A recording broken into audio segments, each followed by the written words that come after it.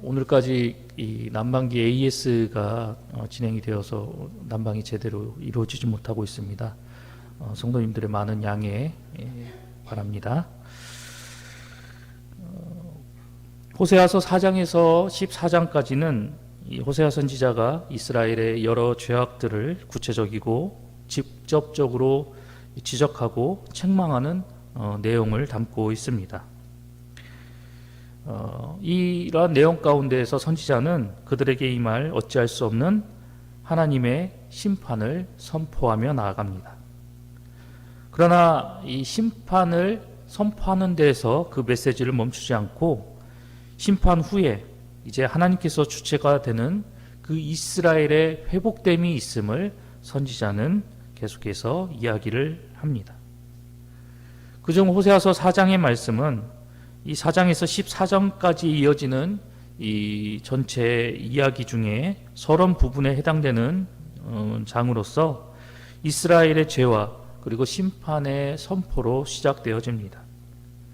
1절로 3절까지의 말씀을 살펴보면 선지자는 이 근본적이고 원리적인 측면에서 이스라엘의 이 죄에 대해서 열거하는데 진실과 인애와 하나님을 아는 지식이 없는 그들의 모습을 지적하는 모습을 보게 됩니다. 선지자가 말하는 이 진실이라는 말은 말과 행동에서 일관성이나 신실성을 이야기하는 그런 말이고, 또한 인애라는 이 단어는 이 관계성에 대한 단어로서 하나님과 그리고 이웃과의 이 관계 속에서 지켜야 할 언약적인 사랑의 의미를 나타내는 말이 이 인애라는 말입니다. 그리고 마지막으로 하나님을 아는 이 지식이란 말은 단순히 하나님에 대한 어떤 이론적인 지식이 없다라는 것을 의미하는 것이 아니라 우리에게 주신 그 하나님의 말씀 안에 담겨져 있는 그 하나님의 진정한 의도를 알지 못해서 우리의 신앙과 우리의 삶 속에서 하나님이 원하시는 모습을 보이지 못하는 것, 이것이 바로 하나님을 아는 지식이다라고 이 본문은 우리에게 교훈을 하고 있습니다. 그런데 이러한 모습이 이스라엘 모습 가운데서 보이지 않음을 선지자는 지적하고 있는 것입니다. 계속해서 선지자는 이스라엘의 구체적인 죄악을 계속해서 언급하고 있는데 이 모든 것들이 다 십계명에서 금지한 죄악의 모습들임을 우리는 보게 됩니다. 그런데 4절에서 이제 10절까지의 말씀에서 선지자는 이러한 북이스라엘의 범죄와 그들이 당할 심판에 대해서 언급을 하면서 이러한 모습이 나타나게 된 1차적인 책임은 당시 백성의 지도자들에게 있다라고 선포하고 있습니다. 한마디로 이 제사장들의 영적 무지함으로 인해서 결국 이스라엘 백성들까지도 멸망의 길에 이르게 되었다라는 것을 이야기하고 있습니다. 그런데 이들이 영적인 무지에 빠져서 하나님 앞에 범죄하고 하나님의 심판을 받게 된 데에는 1차적인 책임이 이 지도자들에게 있지만 결국 종국에는 백성들에게도 그 책임이 있다라는 것을 선지자는 분명히 선포하며 나아갑니다. 이러한 본문의 말씀 앞에서 우리가 다시 한번 깊이 생각해 봐야 할 것은 하나님 앞에서 나는 어떠한 존재인가라는 것입니다. 이 질문 앞에서 여러분은 무엇이라고 답을 하실 것입니까? 아마도 대부분의 성도들께서는 하나님의 백성이다 또는 성도다라고 이야기를 하실 것입니다. 만약 그렇게 대답을 하신다라고 하신다면 그러한 답변 앞에서 그러한 대답을 하는 우리에게 오늘 이 본문의 말씀은 우리에게 뭐라고 이야기를 하고 있을까에 대해서 우리는 주의 깊게 본문이 우리에게 무엇을 이야기하는지에 우리가 생각해 볼 필요가 있다는 것입니다. 하나님 앞에서 우리가 어떤 존재인가라는 그 질문에 하나님의 백성이요 성도라고 대답한 우리에게 본문은 만약 우리가 하나님의 백성이라고 한다면, 성도라고 한다면 이제 하나님의 말씀을 들으라고 우리에게 선포하고 있습니다. 1절 상반절 말씀을 살펴보면 이스라엘 자손들아 여호와의 말씀을 들으라라고 이야기하고 있습니다. 여기서 이스라엘 자손은 1차적으로 구약의 선민을 뜻하는 단어이지만 궁극적으로는 모든 시대 속에서 살아나가는 하나님의 모든 백성을 의미하는 말씀입니다. 그런데 이렇게 하나님의 백성들을 향해서 선지자가 뭐라고 선포하고 있습니까? 여호와 하나님의 말씀을 들으라라고 선포하고 있습니다.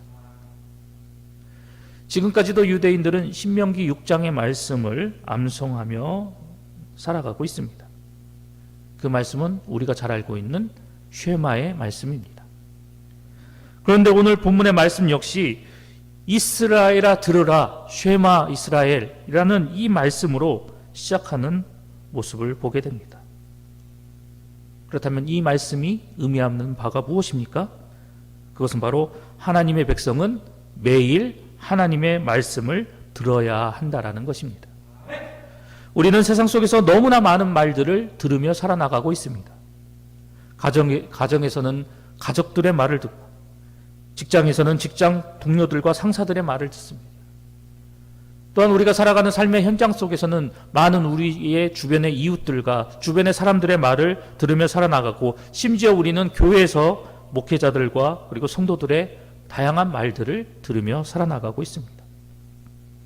그런데 이러한 상황 가운데서 여러분들은 그 많은 말들 중에 누구의 말에 귀를 기울이시며 살아가고 계십니까? 그리고 이렇게 다양한 말들 중에 누구의 말에 집중을 하며 살아가고 계십니까? 예수님께서 이 땅에 오셔서 공생애를 시작하시기 전에 40일을 금식하시고 그 금식이 끝나자마자 마귀가 예수님을 유혹한 사건을 우리는 잘 알고 있습니다. 이때 마귀는 이 아주 달콤한 유혹의 말로 예수님의 마음을 유혹시키고자 하였습니다. 하지만 우리가 잘 알고 있는 것처럼 예수님께서는 그 마귀의 말에 귀 기울이지 않으셨습니다. 오히려 하나님의 말씀으로 그 마귀의 시험과 유혹을 물리치셨습니다. 그런데 아이러니한 것은 하나님의 백성이기에 하나님의 말씀에 귀를 기울이고 하나님의 말씀에 더 집중을 해야 하는 성도들 가운데 그렇지 못한 사람들이 많이 존재하고 있다는 사실입니다. 성경에서는 그 대표적인 인물 중에 하나로 아나니아와 삽비라를 우리에게 보여주고 있습니다. 이처럼 하나님의 말씀이 아닌 다른 것에 우리가 귀를 기울이고 하나님의 말씀이 아닌 것에 우리가 집중하게 된다면 스스로 불행과 심판을 자초할 수밖에 없다는 것을 성경은 우리에게 분명히 경고하고 있습니다. 하나님의 백성인 성도에게 요구되는 것, 그것은 바로 하나님의 말씀에 귀를 기울이고 그 말씀을 마음에 두고 순복하며 살아나가는 것입니다. 우리가 아무리 성도라는 타이틀을 가지고 있다 하여도, 그리고 거룩한 교회 공동체에 속해 있다 하여도 내게 주시는 하나님의 말씀에 귀를 기울이지 않고 내게 주신 그 말씀에 집중하지 못한 채 그 말씀에 순복하지 못하며 살아간다면 앞서 말씀드린 아나니아와 삽비라처럼, 그리고 과거 이스라엘 백성들처럼 결국은 비참한 결과를 초래하고야 할 것입니다. 때문에 오늘도 우리의 귓가에 들리는 수많은 말들과 수많은 소리 중에서 우리가 무엇에 더욱더 귀를 기울이고 무엇에 집중하며 나아갈 것인가에 대해서 우리는 다시 한번 심각하게 고민하며 나아가야 할 것입니다.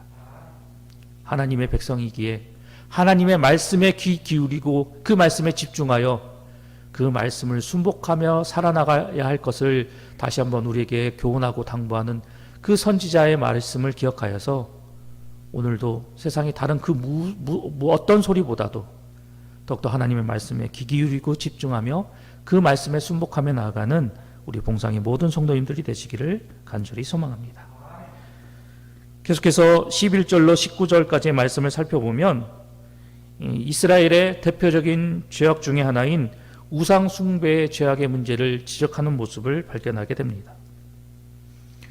그런데 앞 단락과 연결하여서 이 11절로부터 19절까지의 말씀을 생각해 보면 이 이스라엘이 보이고 있는 이 우상 숭배의 죄악은 결국은 이 하나님에 대한 지식이 없어서 1차적으로 지도자들이 타락하게 되었고, 그리고 종국에는 백성들까지도 타락의 길로 빠져들므로 인해서 결국 그들 가운데 우상 숭배의 죄악이 나타나게 되었음을 본문은 우리에게 이야기하고 있습니다.